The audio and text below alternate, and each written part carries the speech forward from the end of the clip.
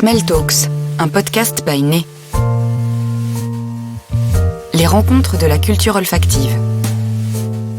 Parfumeurs, auteurs, scientifiques, Nez vous propose des conférences d'experts à travers le monde. En octobre dernier, l'Université Jean Jaurès de Toulouse a accueilli l'acte 1 du colloque Création-Recherche en olfaction, organisé par les chercheuses designers Émilie Bonnard et Anne-Charlotte Baudequin. Durant 3 jours, universitaires, professionnels et créateurs se sont penchés sur l'olfaction dans le territoire et dans le paysage de l'art et du design, sur le pouvoir des senteurs et les manipulations olfactives, et sur les transformations des métiers de l'olfactif. Clément Paradis est docteur en esthétique et sciences de l'art. Il est aussi membre du collectif Nez et écrit régulièrement sur la parfumerie contemporaine et les liens qui unissent esthétique et olfaction. Il nous propose aujourd'hui une intervention intitulée « Le nez dans le paysage, formuler l'espace dans la parfumerie contemporaine ». Bonjour à toutes et tous. Merci aux organisatrices de m'accueillir aujourd'hui pour ce beau colloque auquel je vais tâcher de faire honneur. Ma communication s'intitule donc « Le nez dans le paysage, formuler l'espace dans la parfumerie contemporaine ». C'est un vaste sujet, un peu ambitieux, un sujet que je ne prétends absolument pas épuiser dans le temps qui m'est imparti, mais qui est un point de départ en fait pour une réflexion esthétique sur la parfumerie contemporaine qui pourra être prolongée, pas forcément par moi d'ailleurs. Peut-être pour commencer à parler de la notion de paysage, elle n'a pas toujours eu sa place dans l'histoire du parfum. Je peux rapidement dire ce que j'entends par paysage. C'est à la fois une étendue de territoire qu'un observateur peut embrasser comme un ensemble, donc une continuité, et puis c'est l'expérience sensible de ce territoire. Il y a deux faces à cette idée de paysage. Le paysage, c'est donc un rapport humain aux apparences qui s'ancre culturellement dans la visualité, mais dont on imagine bien qu'il peut être olfactif, puisque le paysage est une expérience qui mobilise tout le corps. Notons que le paysage implique aussi un point de vue situé, ou un point d'olfaction situé, si on veut s'orienter d'ores et déjà dans cette direction, c'est-à-dire qu'il est vu depuis une sorte de fenêtre mentale. C'est des choses qui se trouvent représentées notamment dans la peinture du XVIIe siècle. Pour parler parfum, si on remonte un petit peu le temps, durant la deuxième moitié du XIXe siècle, au moment de la naissance de la parfumerie moderne, et puis au début du XXe siècle, on sait que beaucoup de produits vendus par les parfumeurs portaient des noms de plantes, que l'on pense à la violette, l'iris, l'héliotrope, l'amaryllis, etc. Parmi les compositions célèbres de l'époque, on en a un petit peu parlé tout à l'heure, mais on peut aussi citer des parfums comme la rose Jacqueminot, c'était en 1904, le jasmin de Corse, 1906, deux parfums de Coty, qui mettent en valeur une plante singulière.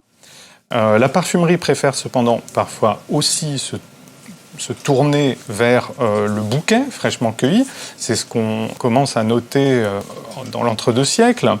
Et on voit apparaître des parfums comme Blenheim Bouquet de Penhaligon's en 1902 ou le Bouquet des Faunes en 1926 de Jacques Guerlain. Et ça, c'est quelque chose qui est, à mon avis, assez intéressant parce qu'on a affaire à un changement d'échelle quand on passe de la plante au bouquet.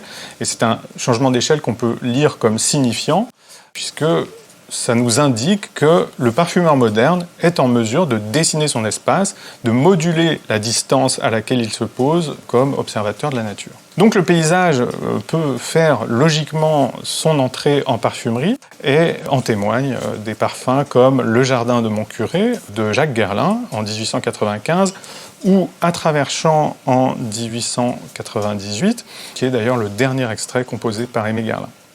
Alors ces parfumeurs-là, qui composent ce qu'on pourra peut-être déjà appeler des parfums paysages, ils ne parlent pas de parfum paysage, mais le paysage, il est bien là. Et on retrouve cette expression parfum paysage, nommément, dans un numéro de la revue L'Art Vivant en 1930. Alors, ce n'est pas un néologisme absolument échevelé, parfum paysage, mais le fait que des commentateurs du milieu du parfum puissent avoir cette idée-là et s'en emparer, montre que l'idée plane à cette époque-là. Et puis, bien sûr, l'intérêt de la parfumerie pour le paysage eh bien, c'est quelque chose qui se poursuit jusqu'à aujourd'hui à travers des créations comme Chantilly de Houbigant en 1941, Fidji de Guy Laroche en 1966 ou la collection des jardins chez Hermès qui a commencé en 2003 avec un jardin en Méditerranée.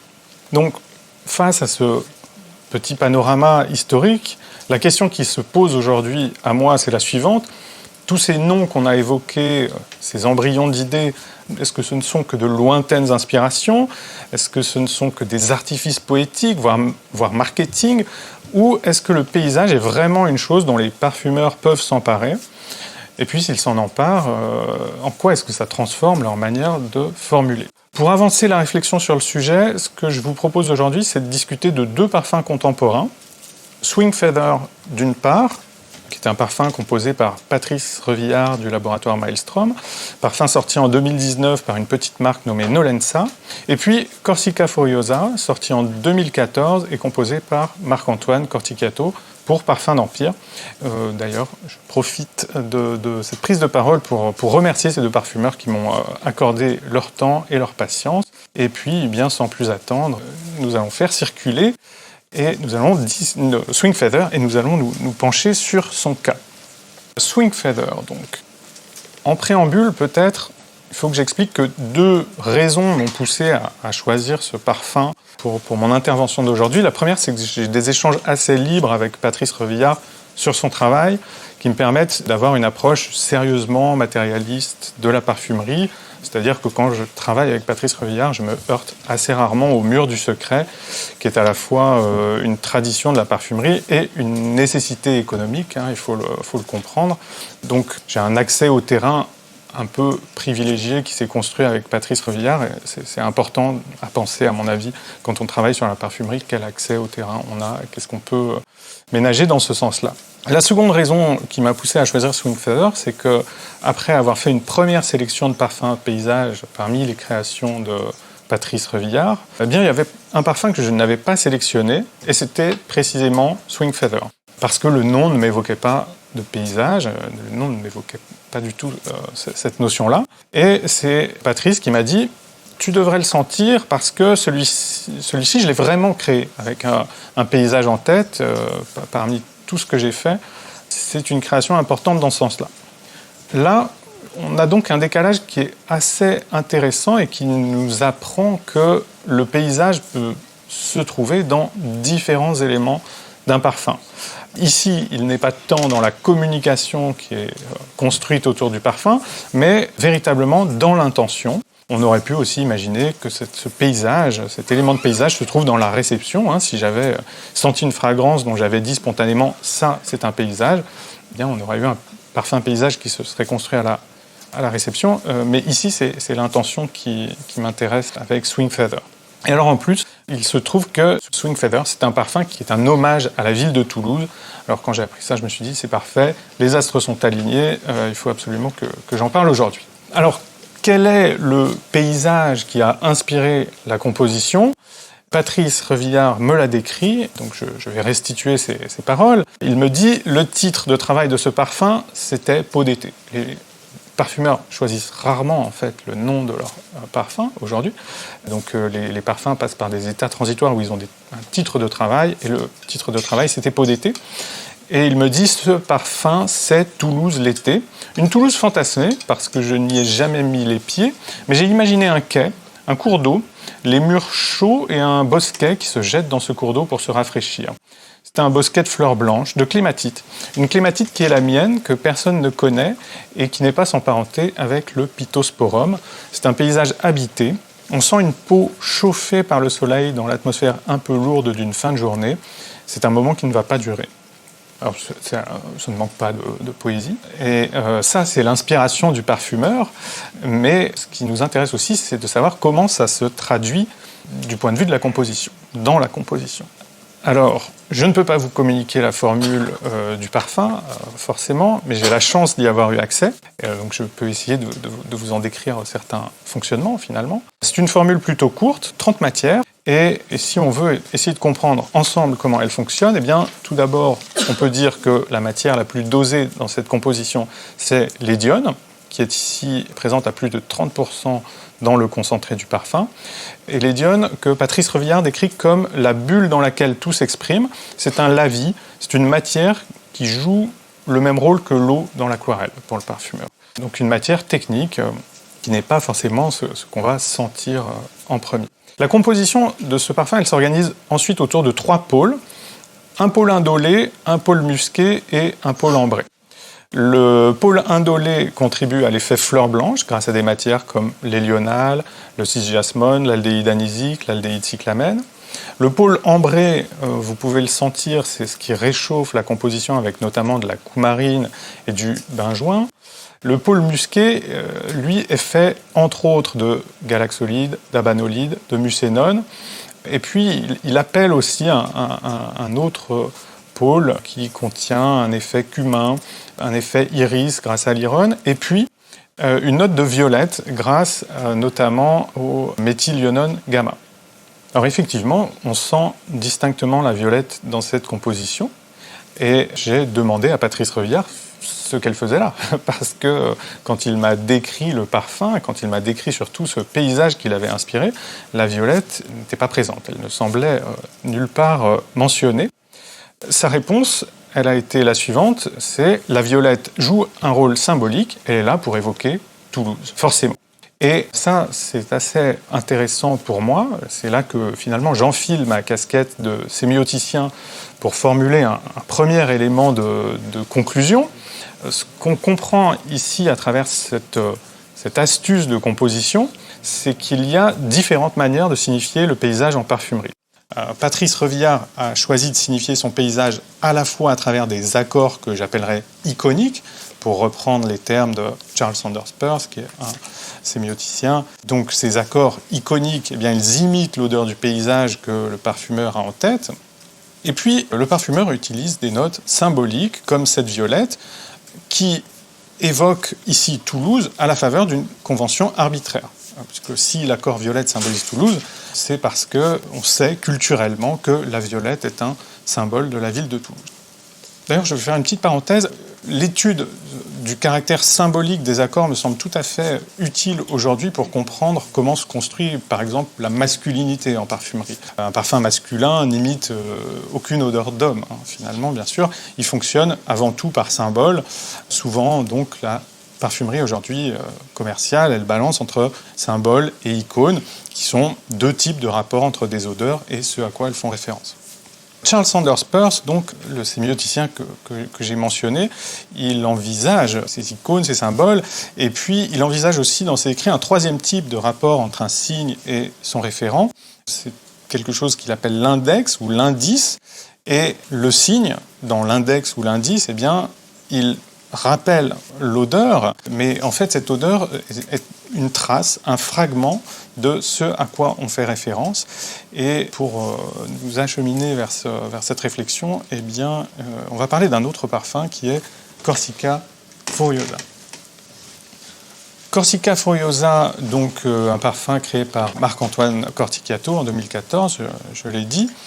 C'est un parfum que le parfumeur lui-même désigne comme un parfum paysage. D'ailleurs, Marc-Antoine Cortichiato a créé un certain nombre de parfums qu'il appelle des parfums paysages. Et ce parfum-là, eh bien, c'est pour le parfumeur une représentation du maquis corse, dont l'élément central est le lentisque. Le lentisque qui est un arbuste qui pousse sur les flancs de l'île, près de la mer. Je vais passer plus sommairement sur la description du parfum, mais on peut tout de même s'attarder sur ce qu'on sent quand on a la mouillette sous le nez. Eh bien, c'est notamment l'odeur du lentisque, que tout le monde ne connaît pas forcément. Donc je vais essayer de la décrire. L'odeur du lentisque, c'est une odeur qui est vive, très texturée et verte, qui a des accents de résine, qui a même des accents de térébenthine parfois. Et dans ce parfum, elle a aussi des facettes poivrées, fruitées, aromatiques, terreuses. Donc le lentisque tient une place très importante dans cette composition. Et puis on sent aussi une note de népita, qui est une menthe sauvage. Et parmi les notes plus connues de la parfumerie, vous aurez peut-être reconnu la feuille de tomate, avec son aspect potager, croquant. En fond, on sent toujours des notes vertes. Il y a vraiment un fil directeur avec ces notes vertes. et en frissant un peu le nez, eh bien, on sent en portant le parfum qu'elle se réchauffe. Dans le fond du parfum, il y a des notes plus chaudes qui ont des accents de foin, de tabac même, de paille un peu mielée, voire de réglisse, et le parfum peut glisser progressivement vers des horizons boisés, moussus. Et ça vient aussi encore de l'accord lentisque qui a été construit par le parfumeur.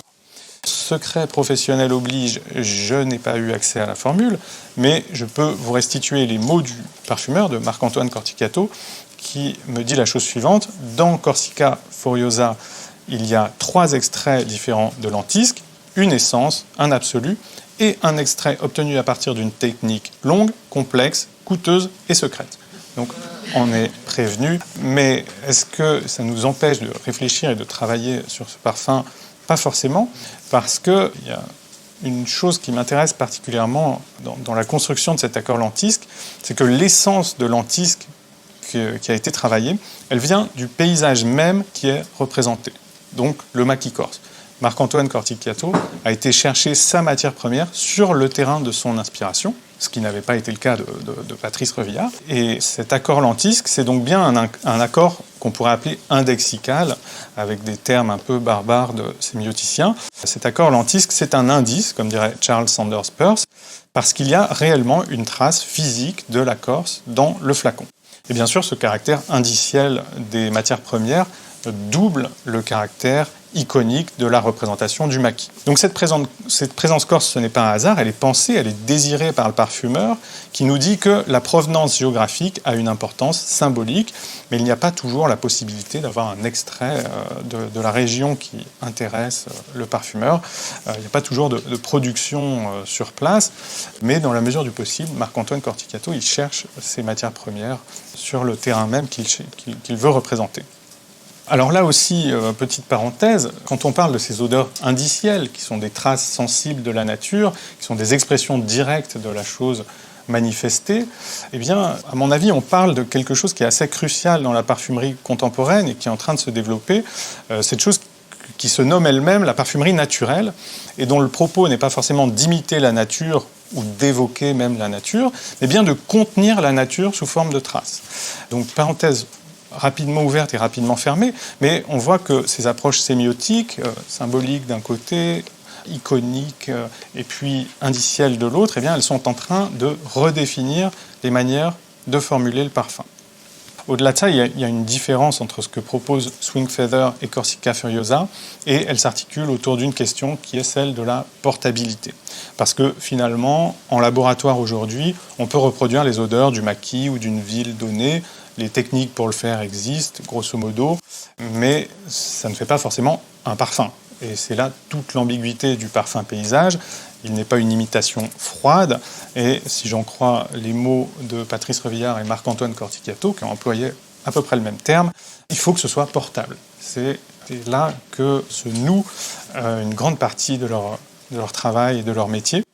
Alors, pour ne pas voler le temps de parole de mes camarades, je vais finir mon intervention sur cette notion énigmatique. Qu'est-ce que la portabilité ? Est-ce que c'est une chose que l'on peut définir esthétiquement ? À mon avis, oui, on le peut, parce que quand un parfumeur parle de porter, il parle de confier son parfum à un public qui va pouvoir dire « c'est mon parfum », paradoxalement, et qui va s'approprier une fragrance dans l'espace social.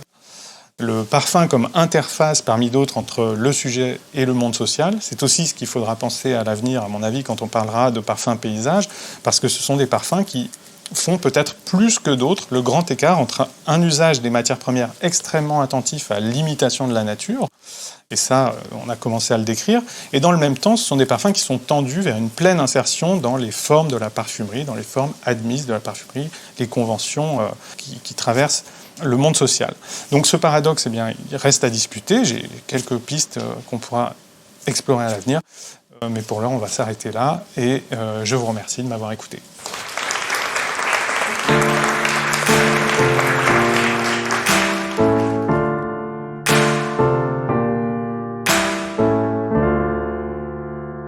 Retrouvez cette émission sur podcast.bainet.com et sur les plateformes habituelles.